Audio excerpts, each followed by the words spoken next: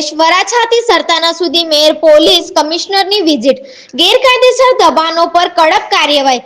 સુરત શહેરના મુખ્ય માર્ગો પર ટ્રાફિકને નડતરરૂપ અને ગેરકાયદેસર દબાણો દૂર કરવા માટે સુરત મહાનગરપાલિકા અને સુરત પોલીસ દ્વારા સંયુક્ત રીતે આક્રમક ઝુંબેશ શરૂ કરવામાં આવી છે. તાજેતરમાં વરાછા વિસ્તારમાં બ્રિજ નીચે ગેરકાયદેસર પ્રવૃત્તિઓ ચાલતી હોવાના વિડીયો વાયરલ થયા બાદ અને સ્થાનિક ધારાસભ્યની રજૂઆત બાદ તંત્ર સફાળું જાગ્યું છે. બ્રિજ નીચેનું જે દબાણ હતું અને મહાનગરપાલિકા અને આજે કમિશનરશીપ પણ આજે વિઝિટ પર આવ્યા છે અને હું પણ સાથ પુરાવ્યો છે. કાયમી આનું નિરાકરણ કરવા અમે જઈ રહ્યા છે. સુરત મહાનગરપાલિકા અને સુરત પોલીસના સંયુક્ત ઉપક્રમે આ દબાણ ફરી નહીં થાય તેની નિગરાની પણ રખાશે. આવનાર સમયમાં કોઈ ન્યુસન્સગીરી બ્રિજ નીચે નહીં કરે તે માટે આજે વિઝિટ કરી છે.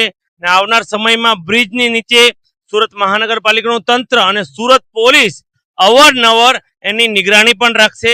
એટલે આપણે દબાણ બ્રિજ નીચેનું કાયમી દબાણ આપણે અત્યારે કાયમ માટે આ દબાણ ન થાય તેની કાળજીના ભાગરૂપે આજે મેં કમિશનરે વિઝિટ કરી છે અને તમામ રોડ પર આજે સાથે ચાલીને અને જ્યાં જ્યાં ઇન્સ્ટ્રક્શન આપવાની હતી ત્યાં અમે આપી છે. આજે આપણા વરાછા વિસ્તારમાં ખાસ કરીને જો સિનાદ બ્રિજ છે વરાછાથી સ્ટાર્ટ થઈને આપણા કાપોદ્રા થઈને સરથાણા તક જાય છે એના નીચે જો ગેરકાયદેસર રીતે જો લોકો વસવાટ કરતા હતા અને ન્યુસન્સ ક્રિએટ કરતા હતા, સાથોસાથ એના બી ગઈકાલથી જો છેલ્લા 2 દિવસ ડ્રાઈવ ચાલે છે મહાનગરપાલિકા અને પોલીસના સંયુક્ત ઉપક્રમે કે આ બધાને ત્યાં ખસેડવામાં આવેલા છે.